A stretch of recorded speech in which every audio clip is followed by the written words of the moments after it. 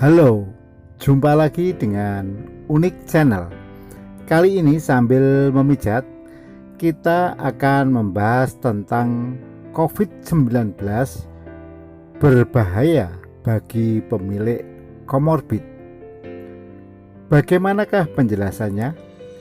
Silakan simak video ini dan jangan lupa dukung terus untuk kemajuan channel ini. Selamat menyaksikan.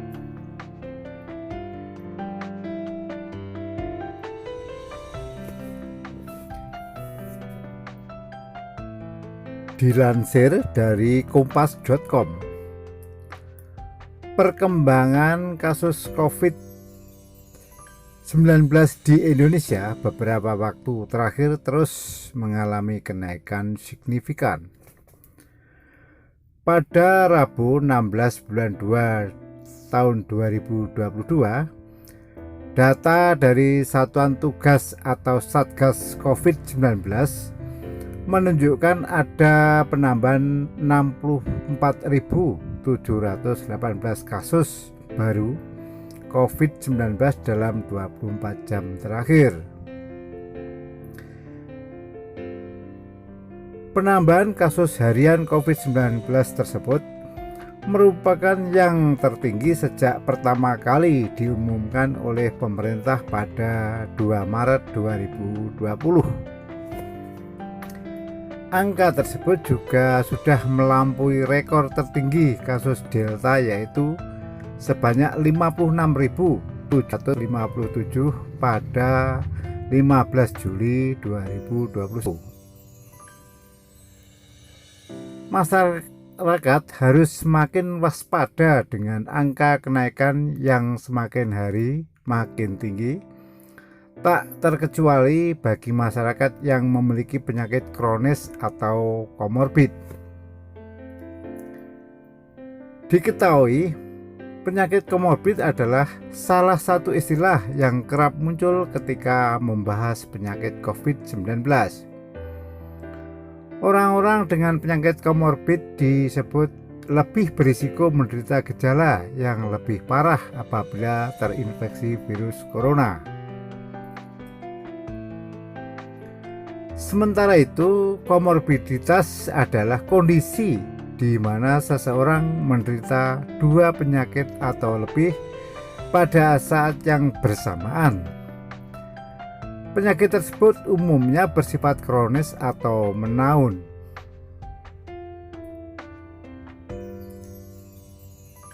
Dekan Fakultas Kedokteran Universitas Profesor Reviono memberi penjelasan bahwa komorbid itu berbahaya apabila yang menyebabkan menurunkan kekebalan tubuh. Pada dasarnya, komorbid yang menurunkan kekebalan tubuh itu berbahaya, kata Reviono ketika dihubungi kompas.com Selasa. Berikut beberapa penyakit yang menyerang imunitas tubuh menurut Reviono. Diabetes mellitus atau DM, penyakit jantung koroner, hipertensi, penyakit gagal ginjal, asma, bronkitis kronik, kanker, dan masih banyak lagi.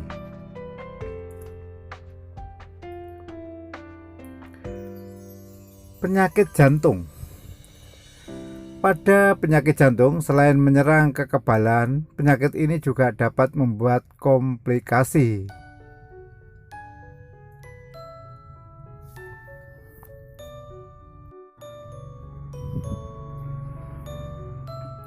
Pada pasien COVID-19 yang memiliki komorbid penyakit jantung, biasa akan terjadi hiperkoagulopati atau yang disebut gangguan penggumpalan darah.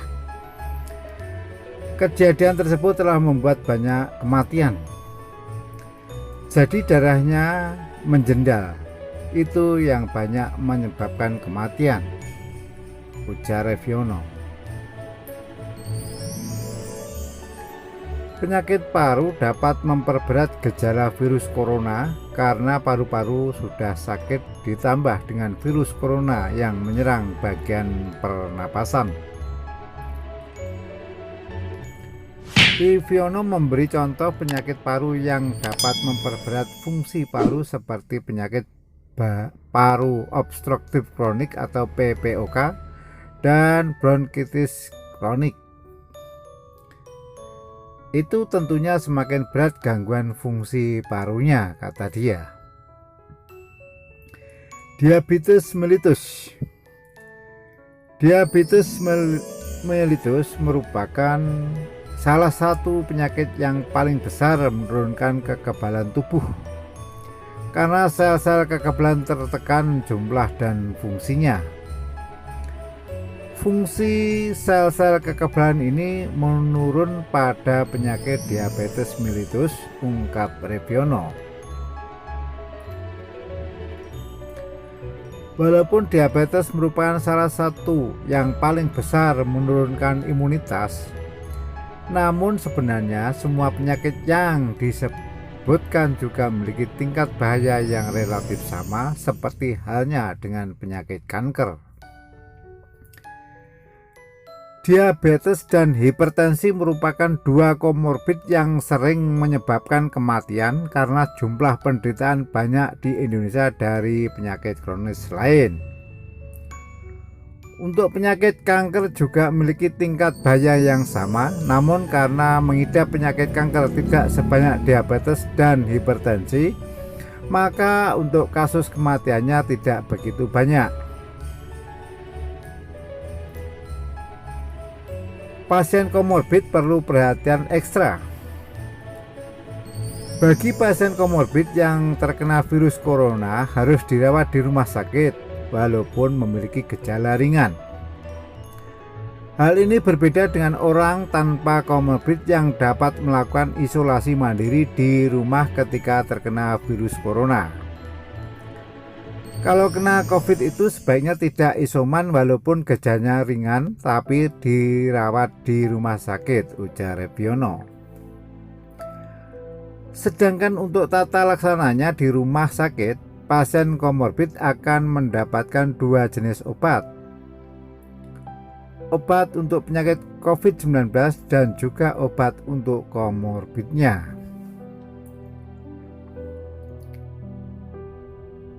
Diharapkan pasien yang memiliki komorbid dapat mengontrol atau mengobati secara rutin penyakitnya agar imunitasnya lebih baik daripada tidak dikontrol.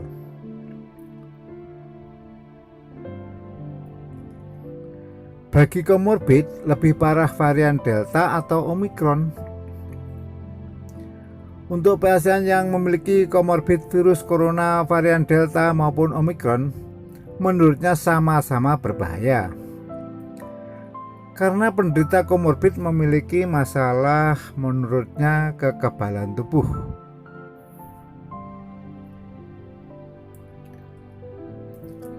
Berbeda dengan orang tanpa komorbid, varian Delta lebih berbahaya daripada varian Omikron. Karena orang tanpa komorbid relatif dapat menangkal Omikron yang kurang ganas. Tapi kalau yang komorbid karena masalah di kekebalannya, itu kemasukan virus apapun ya berisiko untuk gejala berat, jelas Reviono. Saran untuk pengidap komorbid.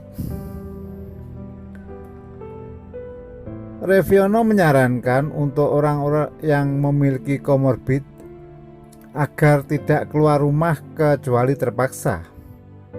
Dan jika keluar rumah harus dengan protokol kesehatan yang ketat.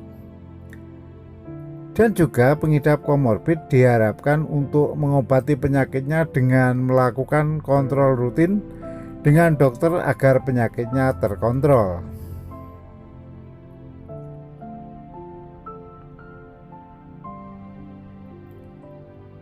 Nah, bagaimana menurut Anda? Silahkan tulis pada kolom komentar dan jangan lupa dukung terus untuk kemajuan channel ini. Sampai jumpa.